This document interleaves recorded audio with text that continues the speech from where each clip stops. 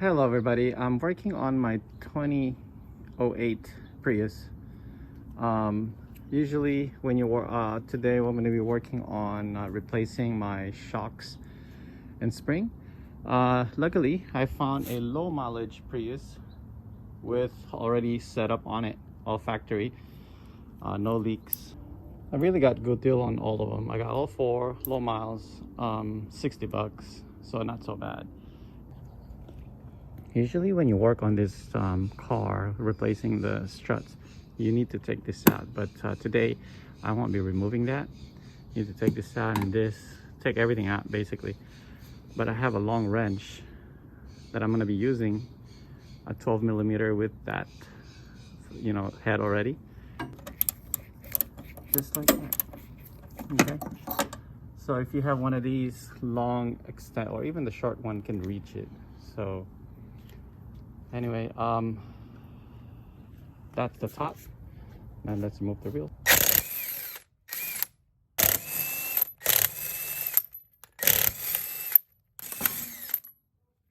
Now let's take out all the 12mm on top. In my case, I'm gonna have to remove this first because it's gonna be harder for me to, once I remove the bottom, it will dangle. Now all the 3 bolts are out on top, and let's work on the bottom. So for the sway bar links, just get a 17 and put a 7 hex over here and just take it out, and that should pop out.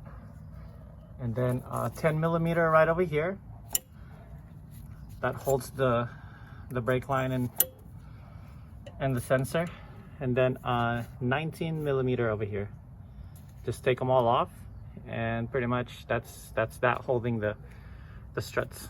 One strut out, and I think if you guys ever want to work on your Prius, you don't have a spring compressor, this will probably save you time and money by just buying the whole struts. They do sell it in Amazon as well. It's actually a lot more efficient than just removing and compressing all 4 of them. So if you do it on your own, just buy the whole thing. It's a lot cheaper. Also, you're gonna if you were to remove the struts, you're gonna have to remove this top and remove the bolt on top of it. But fortunately, mine today came with everything. Everything is torn on this. It's pretty worn out.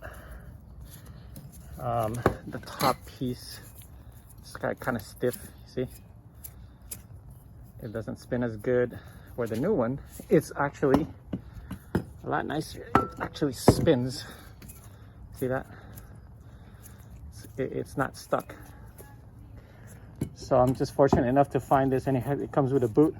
This one has a torn boot already, so so to put back the shock, make sure you put this one first, that way you don't have a hard time putting it on. It's just doing it reverse now in process, and that way you can just dangle it and put everything back. See, all bolts on the top is on without removing the cover, and then now we'll just place everything back in. So once everything is bolt on, put everything back on, the last thing you're going to do is the sway bar link. So just pull up here, make sure the other one is still on or intact. Pull up, and then just align it, and then just put on the screw and then tighten it. Okay, that's it for this side, and we'll do the other side. All right everyone, so I removed this 10mm right here just to give me a little bit of room so I can bend it backwards. So when you want to remove this side of the bolt, you go to the back one first, that one, and then the last one is this one. It'll just drop. Okay, so that's that. And then let's put on the let's remove the bottom part. So this might be the challenging part, to put the screw on. I use a long nose to reach back there to put it in, and then kind of just insert my hand. I must have a tiny flat hand, so I was able to reach it and just kind of screw it on just once. So I did the back first, that way there's a tension in there, and then I do the second one over here, and then that's it. Very simple. I'm just glad I have a long nose and a long wrench, or you can use a short one as long as you can reach back there. and I don't have to remove this part right here. So I'm pretty much done with the front. Just need to, you know, zap the bottom. Let's put on the last bolt, tighten it. As you can see, it is possible to remove the top mount without removing all this. And now we gotta do the bottom, just bolt everything back on. We'll do the back. All right, for the rear, it's a little bit different. It's mostly panels, so go ahead and remove all the panels right over here. Take out this 10 millimeter, pop it back out, and then let's remove this piece right over here. And then make sure you jack your car up in the jack point. There's a jack point over there. I think it's the safest to do it. And let's remove all the panels. So there's a little plastic piece on top of this box right here that you can remove. And what else? Yeah, so we're gonna access that piece over there. Just remove this part. Let's just remove panels right now. Let's see here. I removed the two 10 millimeter on each side. Velcro this piece here, and remove those little thing right over here. To take this off, you gotta pull up, and you know, the pull and then just grab it like that. And now to remove the panel, there is the 10 millimeter right over here that you can remove. Once you take that out, there's also the little fastener right here that you just pop it out. And that's it. You don't need to remove this. You just need to peek over there. It's actually right over there. There's two, and then one over here. Don't remove the one to the right. I mean, to the left facing the trunk, but to the right. I mean, remove that shiny stuff over there. This one and that one, and that should do it to pop the, you know, that struts. So there it is. I have removed it without removing this plate over here.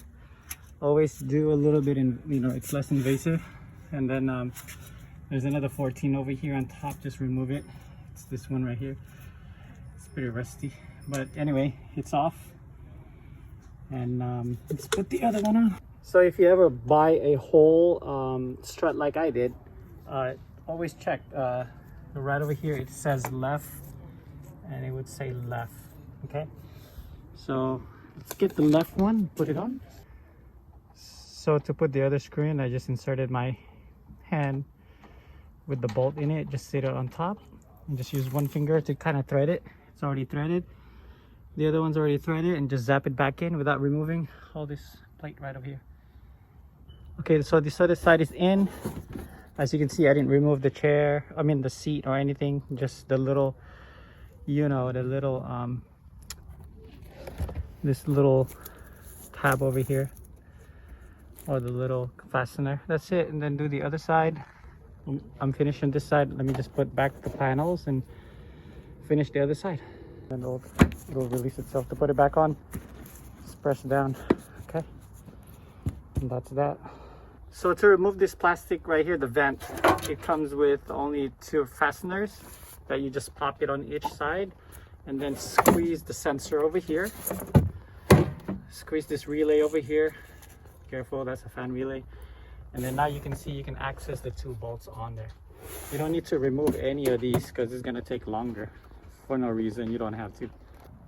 So to put the shock, just kind of line the hole.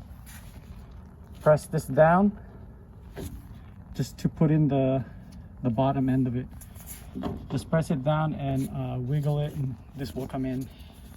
Make sure you put it first on top, and that's how you put this thing on. You just press down like this and wiggle it, and it'll come in. It's also the same thing when you're removing it. Just press down and just push it out. It will come off. So it's the same thing over here. Just insert your finger and drop the head of the nut, and then just, you know, go like this to tighten it. So it's that easy. Don't be afraid. All this mess, it's just covers. So that's about it. Just you know, everything is tightened up. and everything is blasted on. You can access everything on top. No need to remove this, guys. That's the bracket for the battery. Anyway, let's put everything back. And to remove also this is just pop it out, it'll pop off.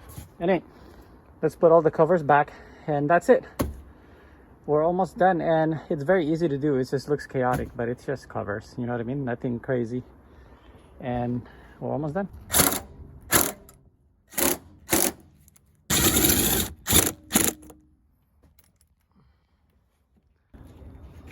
Just put it back, pull it up, and then push down.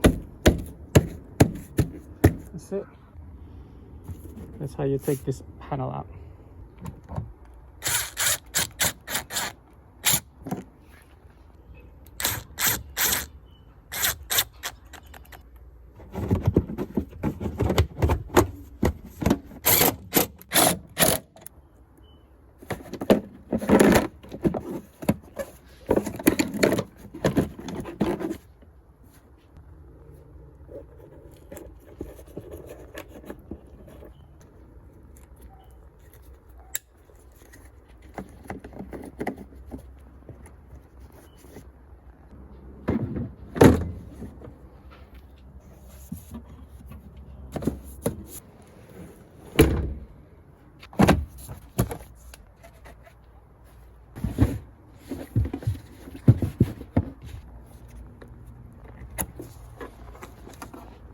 Thanks for watching. Until next time, God bless. Please subscribe if you haven't done so. Until next time, be safe out there, and until see you in my next video. Take care. Goodbye.